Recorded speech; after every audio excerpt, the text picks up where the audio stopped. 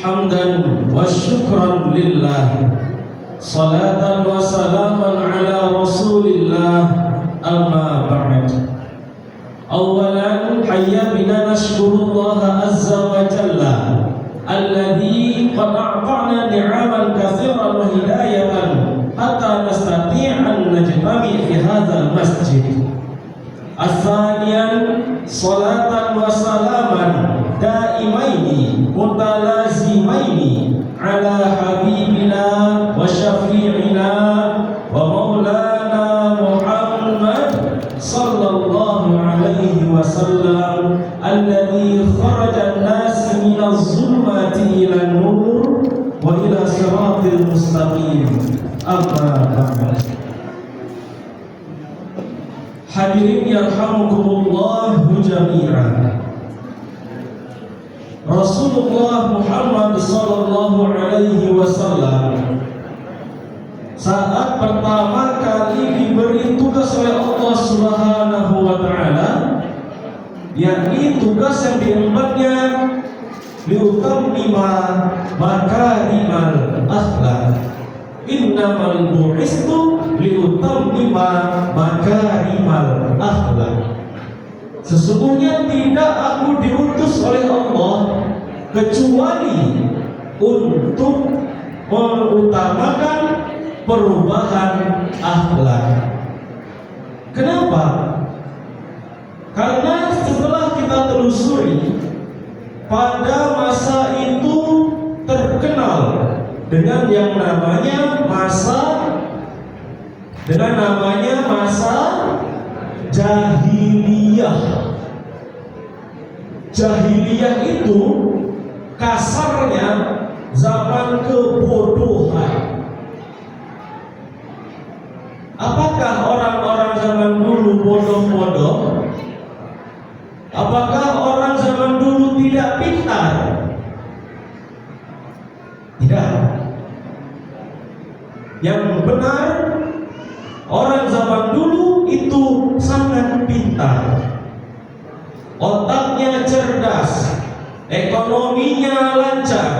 Bahkan ada satu surat yang menjelaskan tentang kaum Quraisy, yang menjelaskan bagaimana mereka strategi dagangnya saat musim dingin dan saat musim panas, menunjukkan ekspornya sangat luas, artinya mereka sangat pintar.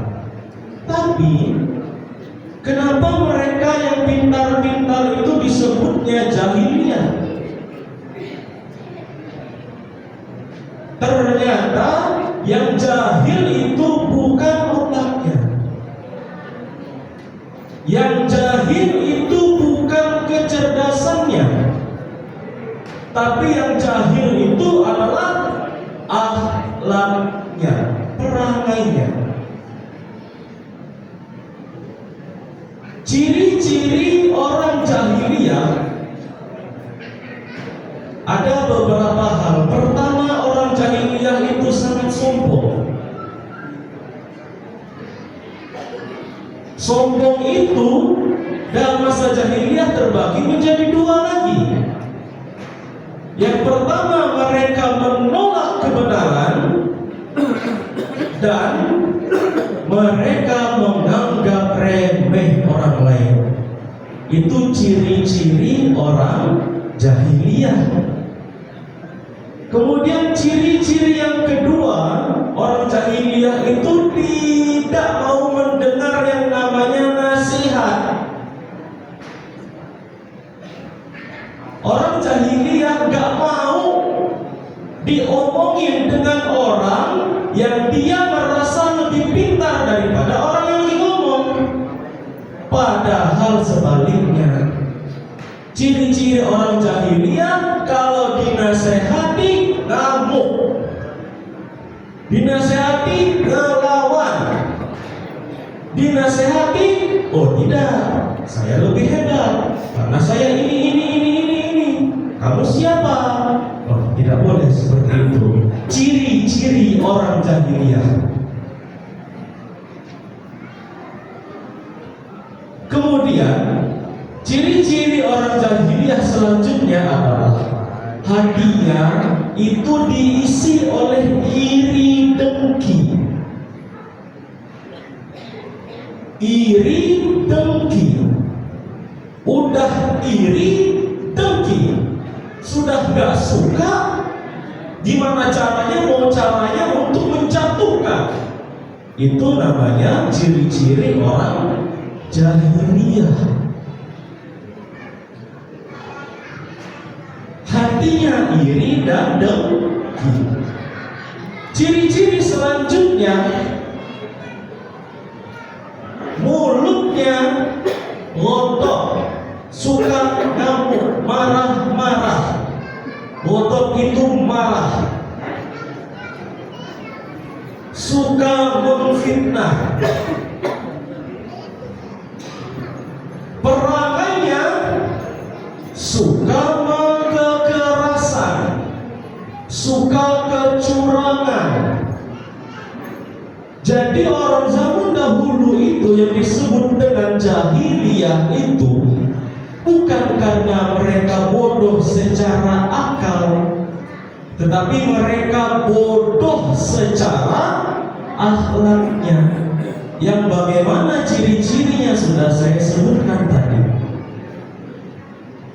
Maka pada saat itu diutuslah Allah Subhanahu wa taala Rasulullah sallallahu alaihi wasallam. Langkah pertamanya yang paling utama adalah untuk memperbaiki akhlaknya.